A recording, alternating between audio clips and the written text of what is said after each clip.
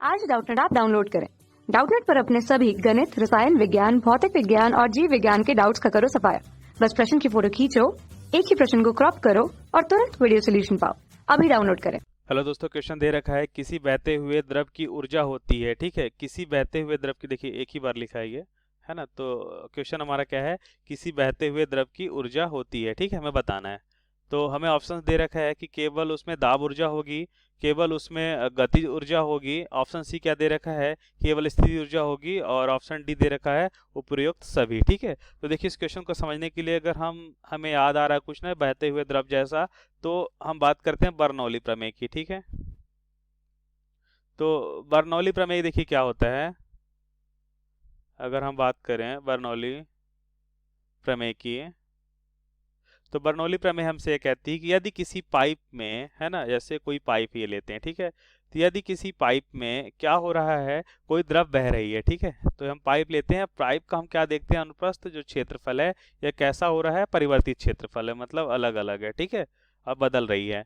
तो यहाँ पास हम देखते हैं कोई पाइप में V1 वेग से बह रही है और V2 वेग से बाहर निकल रही है, कोई द्रव है। ठीक है, यह कोई द्रव है जो V1 वेग से अंदर की ओर आ रही है और V2 वेग से बाहर की ओर निकल रही है। ठीक है, और इस पॉइंट पे अगर दाब P1 है, इस पॉइंट पे दाब P2 है। ठीक है, तो बर्नौली प्रमेय यह कहता है, बर्नौली प्रमेय कहता है, एक चीज और इसमें ध्यान रखें कि यह पाइप अगर हम देखें कि इस सतह से, अगर इसको हम सतह माने, तो इस सतह से हम क्या देखते हैं कि यह वाला भाग जो है H1 हाइट पे है और ये वाला भाग जो है H2 ऊंचाई पे है। ठीक है, तो यहाँ पास देखेंगे H1 ऊंचाई पे है और ये हमारा H2 ऊंचाई पे है। ठीक, थोड़ा बर्नौली प्रमेय की बात करते हैं। तो बर्नौली प्रमेय कहता है कि यदि किसी पाइप में कोई जल बह रही है, ठीक है, तो उसकी कुल ऊर्जा क्या होती है, संरक्षित होती है। ठीक है, किसी भी जगह पे अगर हम देखें, जैसे हम इस पॉइंट पे देखें, जो भी कुल ऊर्जा होगी, या इस पॉइंट पे कुल ऊर्जा देखें या इस पॉइंट पे देखें, सभी जगह क्या होगी, नियत होगी, समान होगी।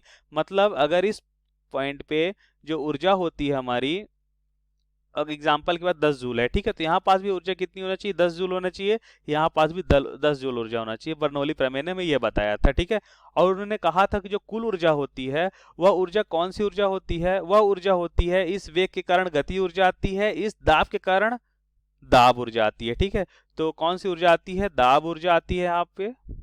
ठीक है, उस वेग के कारण गतिज ऊर्जा आती है, गतिज ऊर्जा आती है, और साथ ही इस ऊंचाई के कारण स्थितिज ऊर्जा आती है। ठीक है, स्थितिज ऊर्जा आती है। ठीक है, और ये सभी जो ऊर्जाएं होती है ना, इनका जो योग होता है वो एक नियतांक के बराबर होता है। और ये पूरी पाइप में बहते हुए पानी में क्या होती है, सभी जगह समान होती है। ठीक है, एक नियतांक होती है। ठीक, तो अब हम थोड़ा सा फार्मूले की बात कर लेते हैं। ठीक, हमारा आंसर तो आ चुका है कि आंसर क्या होगा, देखिए केवल दाब ऊर्जा, गति ऊर्जा सभी होंगी, तो इसका सही आंसर डी हो जाएगा, उपयोग सभी होगा। ठीक है, एक फार्मूले की बात कर ले, इसमें दाब ऊर्जा को अगर हम पी से लिखें, ठीक है, और गति ऊर्जा को अगर हम क्या लिखें, गति ऊर्जा को हम लिख सकते हैं 1/2 रो v का स्क्वायर। ठीक है, जहाँ रो क्या होता है, घनत्व होता है। ठीक है, उस द्रव का घनत्व जो पाइप में बह रही होती है। ठीक है, स्थिति ऊर्जा क्या होती है, स्थिति ऊर्जा को हम लिखते हैं रो जी एच। ठीक है, यह हमारी स्थिति ऊर्जा होती है